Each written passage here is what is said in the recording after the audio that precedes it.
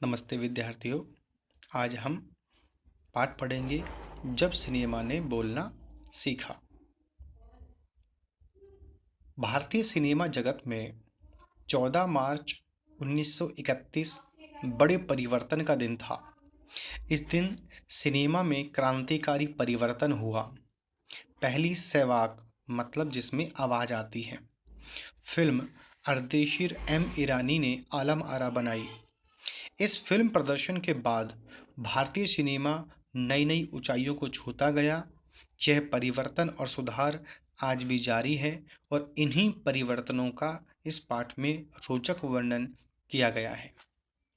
वे सभी सजीव हैं, सांस ले रहे हैं, 100% बोल रहे हैं। 78 मुर्दा इंसान जिंदा हो गए। उनको बोलते और बातें करते देखो। देश की पहली सवाक यानी बोलती फिल्म आलम आरा के पोस्टरों पर विज्ञापन की एडवर्टाइज की ये पंक्तियां लिखी हुई थी। 14 मार्च 1931 की वह ऐतिहासिक तारीख भारतीय सिनेमा में बड़े बदलाव का दिन था। इसी दिन पहली बार भारत के सिनेमा ने बोलना सीखा था।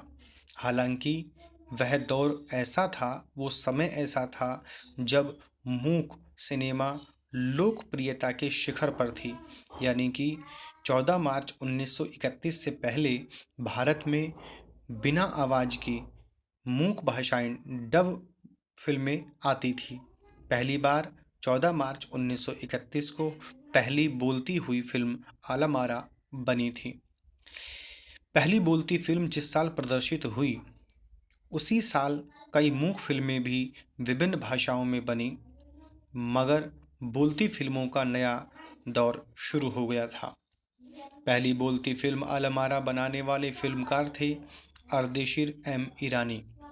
अर्देशीर ने 1929 में हॉलीवुड की एक बोलती फिल्म शो बोट देखी और उनके मन में बोलती फिल्म बनाने की इच्छा जगी।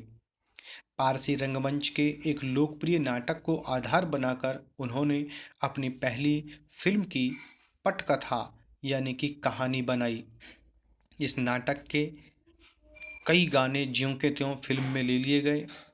एक इंटरव्यू में अर्देशीर ने उस वक्त कहा था कि हमारे पास कोई संवाद लेखक नहीं था, गीतकार नहीं था और संगीतकार नहीं था। इन सब की शुरुआत होनी थी। अर्देशीर ने फिल्म के गानों के लिए स्वयं की धुनें चुनी। फिल्म के संगीत में महज 3 वाद्य यंत्र इंस्ट्रूमेंट तबला, हारमोनियम और वायलिन का इस्तेमाल किया गया। आलम आरा में संगीतकार या गीतकार में स्वतंत्र रूप से किसी का नाम नहीं डाला गया। इस फिल्म में पहले प्लेबैक सिंगर पार्श्व गायक बने W.M. खान। इनका गाना था दे दे खुदा के नाम पर प्यारे अगर देने की ताकत है। आलम आरा का संगीत उस समय डिस्क फॉर्म में रिकॉर्ड नहीं किया जा सका। फिल्म की शूटिंग शुरू हुई तो साउंड के कारण ही इसकी शूटिंग रात में करनी पड़ती थी। मूक युग की अधिकतर फिल्मों को दिन के प्रकाश में शूट कर लिया जाता था, मगर आलम आला आलम आरा की शूटिंग रात में होने के कारण इसके लिए कृत्रिम प्रकाश की व्यवस्था करनी पड़ी। रेडीमेड लाइटों की आवश्यकता पड़ी और यहीं से प्रकाश प्रणाली बनी जो आगे फिल्म निर्माण का जरूरी हिस्सा बनी। आलम आरा ने भविष्य के कई स्टार और टेक्नीशियन तो दिए ही, अर्देशीर की कंपनी तक ने भारतीय सिनेमा के लिए 150 से अधिक मूक और लगभग 100 सहवाग फिल्में बनाईं। Alam Ara film Arabian nights जैसी फैंटेसी थी। फिल्म ने हिंदी उर्दू के मेल वाली हिंदुस्तानी भाषा को लोकप्रिय बनाया। इसमें गीत, संगीत तथा नृत्य के अनोखे संयोजन थे। फिल्म की नायिका जुबैदा थी, नायक थे विट्ठल। वे उस दौर के सर्वाधिक पारिश्रमिक यानी कि सबसे ज़्यादा पैसा लेने वाले स्टार थे। उनके चयन को लेकर भी एक किस्सा काफ़ी चर्चित है। विट्ठल को उर्दू बोलने में मुश्किल आती थी। पहले उनका बतौर नायक चयन किया गया, मगर इसी कमी के कारण उन्हें हटाकर उनकी जगह महबूब को नायक बना दिया गया। विट्ठल नाराज हो गए और अपना हक पाने के लिए उन्होंने मुकदमा कर दिया, केस कर दिया। उस दौर में उनका मुकदमा मोहम्मद अली जिन्ना ने लड़ा, जो तब के मशहूर वकील हुआ करते थे और ये आज़ाद पाकिस्तान के पहले प्रधानमंत्री भी बने। विट्ठल मुकदमा जीते और भारत की पहली बोलती फिल्म के नायक बने। उनकी कामयाबी आगे भी जारी रही। मराठी और हिंदी फिल्मों में वे लंबे समय तक नायक और स्टंटमैन के रूप में सक्रिय रहे। इसके अलावा आलम आरा में सोहराब मोदी, पृथ्वीराज कपूर, याकूब और जगदीश सेठी जैसे अभिनेता भी मौजूद रहे, आगे चलकर जो फिल्म उद्योग के प्रमुख स्तंभ बने।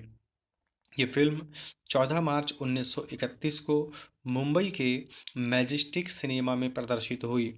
फिल्म 8 सप्ताह तक हाउसफुल चली और भीड़ इतनी उमड़ती थी कि पुलिस के लिए नियंत्रण करना मुश्किल हो जाया करता था।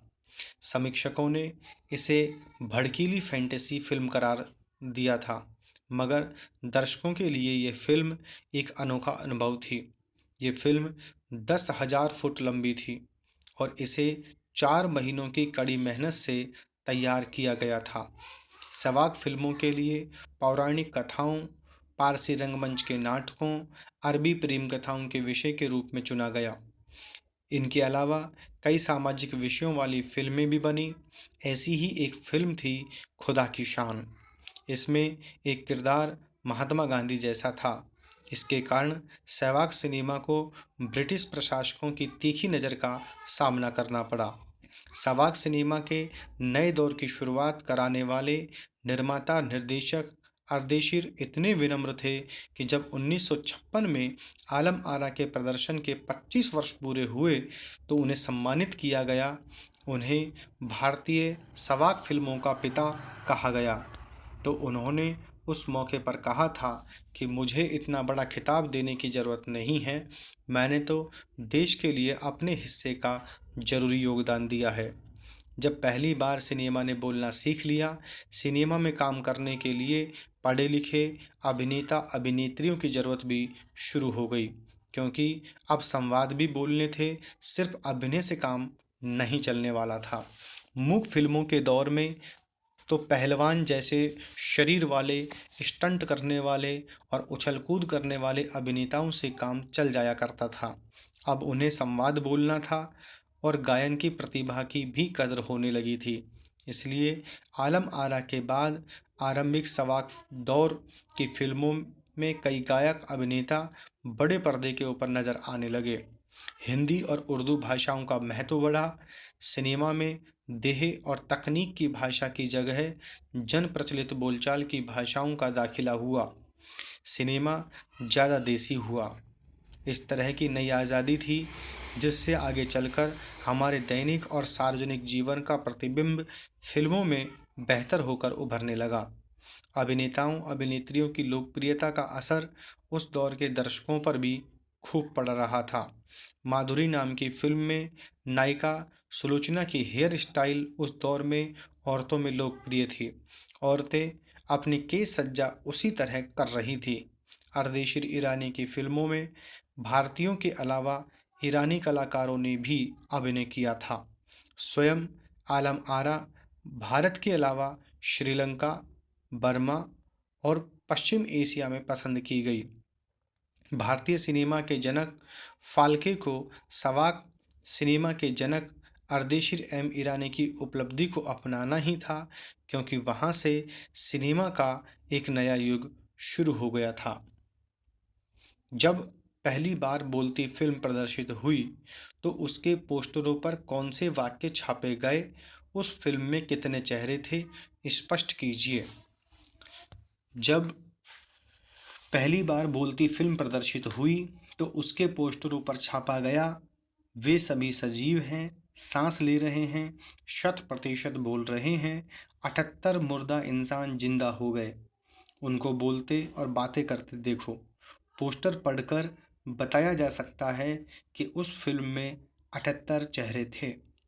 पहला बोलता सिनेमा बनाने के लिए फिल्मकार अर्देशीर एम ईरानी को प्रेरणा कहाँ से मिली? उन्होंने आलम आरा फिल्म के लिए आधार कहाँ से लिया, विचार व्यक्त कीजिए। पहला बोलता सिनेमा बनाने के लिए फिल्मकार अर्देशीर एम ईरानी को प्रेरणा हॉलीवुड की एक बोलती फिल्म शोबोट से मिली। सवाक फिल्म आलम आरा बनाने का आधार उन्होंने पारसी रंगमंच के एक लोकप्रिय नाटक को बनाया और उसी पर आधारित पटकथा तैयार की। विट्ठल का चयन आलम आरा फिल्म के नायक के रूप में हुआ, लेकिन उन्हें हटाया क्यों गया और विट्ठल ने पुनः नायक होने के लिए क्या किया, विचार प्रकट कीजिए। विट्ठल का चयन आलम आरा फिल्म के नायक के रूप में हुआ, किंतु उन्हें इसलिए हटाया गया क्योंकि उन्हें उर्दू बोलने में मुश्किल होती थी। उन्होंने उस सहवाग फिल्म का नायक बनने के लिए मुकदमा कर दिया। उनका मुकदमा वकील मोहम्मद अली जिन्ना ने लड़ा और विट्ठल मुकदमा जीत गए और पुनः नायक बन गए।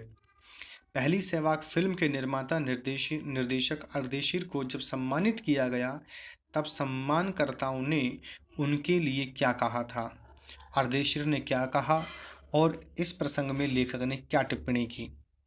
पहली सवाक फिल्म के निर्माता निर्देशक अर्देशीर को जब सम्मानित किया गया, तब सम्मानकर्ताओं ने उन्हें भारतीय सवाक फिल्मों का पिता कहा।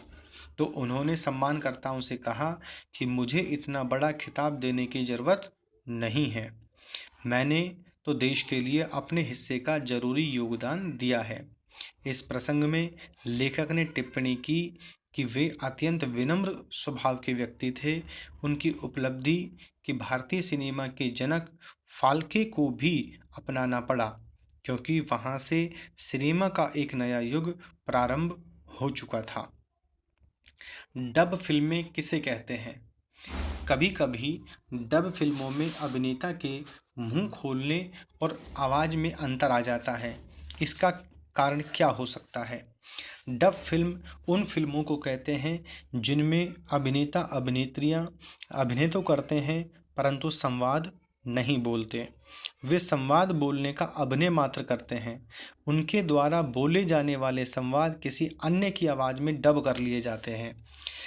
अब अभिनय और संवाद का संयोजन कर फिल्म को दर्शकों के समक्ष प्रस्तुत किया जाता है। कभी कभी डब फिल्मों में अभिनेता के मुंह खोलने और आवाज़ में अंतर आ जाता है।